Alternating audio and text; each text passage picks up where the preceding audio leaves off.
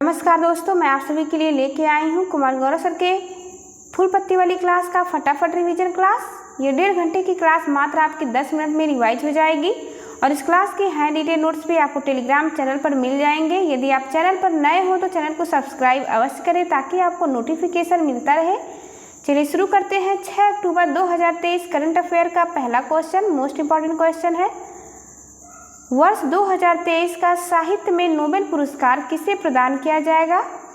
तो 2023 में साहित्य का नोबेल पुरस्कार जॉन फासे को प्रदान किया जाएगा। इसका ट्रिक है साहित्य में ना फंसे जान, ना से आपको नार्वे याद रखना है, फंसे जान से जॉन फासे को याद रखना है। नवाचारी नाटक के लिए इन्हें साहित्य का नोबेल प्रदान किया जाएगा। यह पुरस्कार 10 दिसंबर को प्रदान किए जाएंगे। फिजिक्स का नोबेल 2023 किससे प्रदान किया गया है? तो भांग पीकर फेरे लिए एनी ने प्रकाश के साथ। इस ट्रिक से आपको याद रखना है फिजिक्स का नोबेल प्राइज। भांग से भौतिकी को याद रखना है, पीकर से पियरे, फेरे से फेरेंस और एनी से एनी को याद रखना है। मेडिसिन का नोबेल, इसका ट्रिक है भूखा काका मेरी विस्की दवाई में मिला के पी गया, जिससे कि भूखा से आपको हंगरी याद रखना है। काका से कैटलिन कोरिको, यह हंगरी के निवासी हैं। मैरी से अमेरिका को याद रखना है, विस्की से विस्मैन को याद रखना है और दवाई से मेडिसिन याद रखेंगे। यानी मेडिसिन के क्षेत्र में कैटलिन कोरिको और विस्मैन को नोबेल प्राइज प्रदान किया जाएगा। केमिस्ट्री में नोबेल 2023 ये प्रदान किया जाएगा। इसके लिए एक ट्रिक है एलेक्सी 1 टन रसीली मैगी लाई। एलेक्सी से एलेक्सी को याद रखना है। 1 टन से क्वांटम डॉट्स के लिए रसायन में रसीली से रसायन को याद रखेंगे और मैगी से मॉगी को और लाई से लुइस को याद रखना है।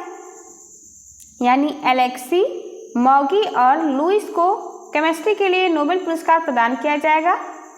क्वांटम डॉट्स के लिए एशिया में प्रथम साहित्य का नोबेल पुरस्कार पाने वाले व्यक्ति कौन है? तो ये है रविंद्रनाथ टैगोर, जो कि एशिया में नोबेल प्राइज पाने वाले प्रथम व्यक्ति थे साहित्य में। कब मिला था इन्हें नोबेल प्राइज? तो 1913 में। क्यों मिला था? तो गीतांजलि के लिए इन्हें साहित्य का नोबेल मिला था। दूसरा क्वेश्चन है आज का, ओखला की स्पीड टेस्ट ग्लोबल इंडेक्स में भारत के कौन सा स्थान है? तो भारत को इसमें स्थान 47वां मिला है। 72 प्लस रैंक इसने स्कोर में बढ़त दर्ज की है। इंटरनेट की स्पीड बताई गई है। इसमें टॉप पर है यूएई और भारत का स्थान है 47वां, याद रखेंगे। भारत ने 72 अंक की बढ़त हासिल की है। 5G लॉन्च होने से भारत में 3.5 गुना वृद्धि दर्ज की गई है स्पीड में इंटरनेट की। ललन टॉप सवाल देखते हैं जो कि मोस्ट इंपॉर्टेंट है। ग्लोबल पीस इंडेक्स 2023 में भारत का स्थान 126वां है। ग्लोबल कॉम्पिटिटिवनेस इंडेक्स 2023 में भारत का स्थान 40वां है। वर्ल्ड प्रेस फ्रीडम इंडेक्स में भारत का स्थान 161वां है। ग्लोबल फायर पावर इंडेक्स में भारत का स्थान 4था है। ग्लोबल जेंडर गैप इंडेक्स 2023 में भारत का स्थान 127वां है और वर्ल्ड हैप्पीनेस इंडेक्स 2023 में भारत का स्थान 126वां है। आप दोनों एक साथ याद रखेंगे, ग्लोबल पीस इंडेक्स और ग्लोबल हैप्पीनेस इंडेक्स दोनों में 126वां स्थान है भारत का। अगला है क्लीन एयर सर्वे 2023 में प्रथम स्थान किसे प्रदान किया गया था? 10 लाख प्लस जनसंख्या में, तो इंदौर को। एनर्जी ट्रांसमिशन इंडेक्स 2023 में भारत का स्थान 67वां है। ग्लोबल टेररिज्म इंडेक्स में भारत का स्थान 2023 में 13वां है। आज का तीसरा क्वेश्चन, हाल ही में 19वें एशियाई खेलों में स्क्वैश में किसने स्वर्ण पदक जीता है? तो यह 19वें एशियन गेम्स जिसका आयोजन होंगझो चीन में हो रहा है, इसमें स्क्वैश में दीपिका और हरिंदर ने गोल्ड जीता है, याद रखेंगे। तीरंदाजी में भी भारत ने गोल्ड जीता। महिला वर्ग और पुरुष वर्ग दोनों में गोल्ड जीता है। भारत ने कुल 3 गोल्ड जीते हैं। कल के एशियाई खेल में मलेशिया को हरा करके स्क्वैश में दीपिका और हरिंदर ने गोल्ड जीता, याद रखना है।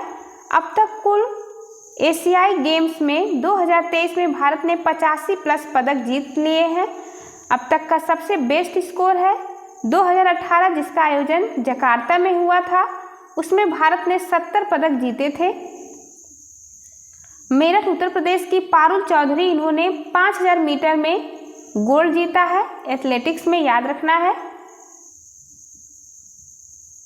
चौथा क्वेश्चन, हाल ही में Tata literature life time achievement पुरस्कार 2023 किसे प्रदान किया जाएगा? तो तमिल लेखिका CS लक्ष्मी को Tata literature life time achievement पुरस्कार प्रदान किया जाएगा। नोट पॉइंट में देखते हैं, कॉमनवेल्थ गेम्स में भारत ने कुल कितने पदक जीते थे? तो 61 पदक जीते थे, जिसमें भारत का रैंक चौथा था। टोक्यो ओलंपिक में भारत ने कुल 7 पदक जीते हैं, भारत का रैंक इसमें 48वां है। ललन टॉप सवाल देखते हैं, ऑस्कर अवार्ड 2023 ये 95वां क्रम का था, जिसका आयोजन लॉस एंजल्स में हुआ। भारतीय इसमें नाटू नाटू सॉन्ग को दिन मिला था और एलिफेंट विस्पर के लिए भी ऑस्कर अवार्ड मिला था। बेस्ट एक्ट्रेस मिशेल यो को मिला था, ये प्रथम एशियाई महिला है ऑस्कर अवार्ड प्राप्त करने वाली। मिस इंडिया 2023 नंदिनी गुप्ता बनी है, राजस्थान की हैं। एबेल पुरस्कार 2023 लुइस कैफेरली को दिया गया है, अर्जेंटीना से हैं। गांधी शांति पुरस्कार गीता प्रेस गोरखपुर को प्रदान किया गया है। ग्रैमी अवार्ड रिकी केज को प्रदान किया गया है, ये 3 बार ग्रैमी अवार्ड जीत चुके हैं। ज्ञानपीठ पुरस्कार 2023 57वां क्रम का है और दामोदर मौजा को प्रदान किया जाएगा, 57th याद रखना है। लोकमान्य पुरस्कार 2023 PM नरेंद्र मोदी को प्रदान किया गया है। पुलित्जर पुरस्कार 2023 पत्रकारिता के लिए न्यूयॉर्क टाइम्स को प्रदान किया गया है। राष्ट्रीय जल पुरस्कार 2023 में प्रथम स्थान मध्य प्रदेश का है। अंतर्राष्ट्रीय एनी पुरस्कार यह थलापति प्रदीप को प्रदान किया गया है। 5वां क्वेश्चन आज का, हाल ही में किस राज्य या केंद्र शासित प्रदेश के लोकप्रिय व्यंजन कलारी को GI टैग प्रदान किया गया है? तो इस कलारी व्यंजन को GI टैग मिला है, यह संबंधित है जम्मू कश्मीर से। जम्मू कश्मीर के उधमपुर जिला से संबंधित है, यह एक प्रकार की नरम पनीर है। GI टैग 1999 का अधिनियम है, 10 वर्ष के लिए प्रदान किया जाता है। फर्स्ट GI टैग 2004 में दार्जिलिंग की चाय को प्रदान किया गया था। ललन टॉप सवाल देखते हैं, रामनगर का बैगन उत्तर प्रदेश का है। बखीरा पीतल के बर्तन ये भी उत्तर प्रदेश का है। हाथरस की हींग को भी GI टैग मिला है। नागरी दुबारा चावल छत्तीसगढ़ को GI टैग प्रदान किया गया है। रीवा सुंदरजा आम रीवा मध्य प्रदेश का है, जिसे GI टैग प्राप्त हो चुका है। भद्रवाह राजमांस ये जम्मू कश्मीर का है। बसोली पेंटिंग ये भी जम्मू कश्मीर का है, जिसे GI टैग प्रदान किया गया है। हाल ही में NPS वरीयता सूचकांक किसने लॉन्च किया है? तो HDFC पेंशन ने इसे लॉन्च किया है, पहली बार जारी किया गया है HDFC पेंशन द्वारा। NPS वरीयता सूचकांक, NPS का फुल फॉर्म है नेशनल पेंशन स्कीम। 10 अक्टूबर 2023 से यह लागू किया गया है। इसमें पात्र हैं 18 वर्ष से लेकर के 70 वर्ष तक। ललन टॉप सवाल में इकोनॉमिक्स के कुछ महत्वपूर्ण सवाल देखते हैं। PC महालनोबिस मॉडल किस पर आधारित है? तो ये सेकेंड 5 ईयर प्लान पर आधारित है, जो कि चली थी 1956 से 61 तक। अगला क्वेश्चन है, सामुदायिक विकास कार्यक्रम की शुरुआत कब की गई थी? तो 2 अक्टूबर 1952 को शुरुआत की गई थी। हेराल्ड डॉमर मॉडल यह फर्स्ट 5 ईयर प्लान पर आधारित है, जो कि स्टार्ट हुआ था 1951 से लेकर के 56 तक चला। स्वतंत्र भारत का प्रथम बजट किसने पेश किया? तो सरमुखम शेट्टी के द्वारा स्वतंत्र भारत का प्रथम बजट पेश किया गया है। राजा चलाया समिति किससे संबंधित है? तो राजा चलाया समिति कर सुधार या टैक्स रिफॉर्म से संबंधित है। फिलिप्स वक्र किस गणना से संबंधित है? तो यह मुद्रास्फीति और बेरोजगारी की गणना से संबंधित है। फिलिप्स वक्र वर्तमान में महारत्न कंपनी कितनी है? तो 13 महारत्न कंपनी है, जिसमें 12वीं है REC और 13वीं ऑयल इंडिया लिमिटेड है।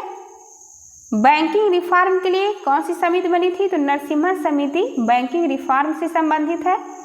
7वां क्वेश्चन, हाल ही में तीस्ता नदी में आई अचानक बाढ़ से कहाँ व्यापक नुकसान हुआ है? तो यह नुकसान सिक्किम में हुआ है। बादल अचानक से फट गया, जिसके कारण लहोनल झील में पानी भर गया और वह पानी गया तीस्ता नदी में, जिसके कारण बाढ़ आ गई और व्यापक नुकसान हुआ इस बाढ़ के कारण। तीस्ता ब्रह्मपुत्र की सहायक नदी है, याद रखना है। तिब्बत से जब यह निकलती है तो इसका नाम सांगपो होता है। नामचा बरवा पर्वत से यह प्रवेश करती है भारत में अरुणाचल प्रदेश में, तब इसका नाम ब्रह्मपुत्र हो जाता है। ब्रह्मपुत्र जब बांग्लादेश में प्रवेश करती है तो इसका नाम जमुना हो जाता है, याद रखना है। तीस्ता नदी ब्रह्मपुत्र की सहायक नदी है और यह सिक्किम से निकलती है, वेस्ट बंगाल आती है, वेस्ट बंगाल से यह बांग्लादेश चली जाती है।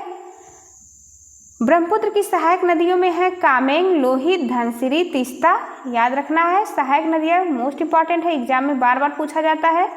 सिक्किम के बारे में देखते हैं। सिक्किम की राजधानी गंगटोक है। पूर्ण राज्य का दर्जा 1975 में मिला 36वां संविधान संशोधन करके। यहाँ के CM है प्रेम सिंह तवांग। दर्रा यहाँ पे प्रमुख दर्रा है नाथुला और जलैपला, बार बार एग्जाम में पूछा जाता है। कंचनजंगा ये नेशनल पार्क है सिक्किम में। विधानसभा की सीट है 32, न्यूनतम विधानसभा की सीट वाला राज्य है। यदि क्वेश्चन पूछा जाए भारत में न्यूनतम विधानसभा की सीट कहाँ है, तो यह होगी पुदुचेरी, यहाँ पे 30 सीट है। 8वां क्वेश्चन है, हाल ही में सरकारी नौकरियों में महिलाओं के लिए 35% आरक्षण किसने प्रारंभ किया है? तो मध्य प्रदेश के द्वारा महिलाओं के लिए 35% आरक्षण का प्रावधान किया गया है। मध्य प्रदेश के CM शिवराज सिंह चौहान हैं।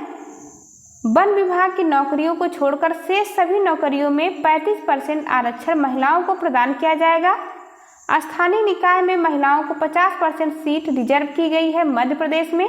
ऐसा करने वाला भारत का पहला राज्य है मध्य प्रदेश। पेसा एक्ट लागू हुआ है मध्य प्रदेश में दिसंबर 2022 से।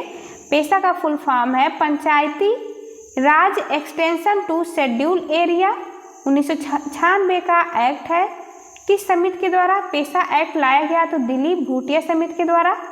EWS लागू किया गया है किस संविधान संशोधन के द्वारा? तो EWS जो कि 10% आरक्षण आर्थिक आधार पर दिया जाता है, यह 103वें संविधान संशोधन के द्वारा लाया गया। 9वां क्वेश्चन, 2 दिवसीय न्यू लिटरेचर फेस्टिवल कहाँ प्रारंभ होगा? तो यह फेस्टिवल प्रारंभ होगा बेंगलुरु में 2 दिन हेतु। थीम इसकी है बिना कहानी के बचपन संभव नहीं। सरहुल फेस्टिवल मनाया जाता है झारखंड में, फूलदेई उत्तराखंड में, खारची त्रिपुरा में मनाया जाता है।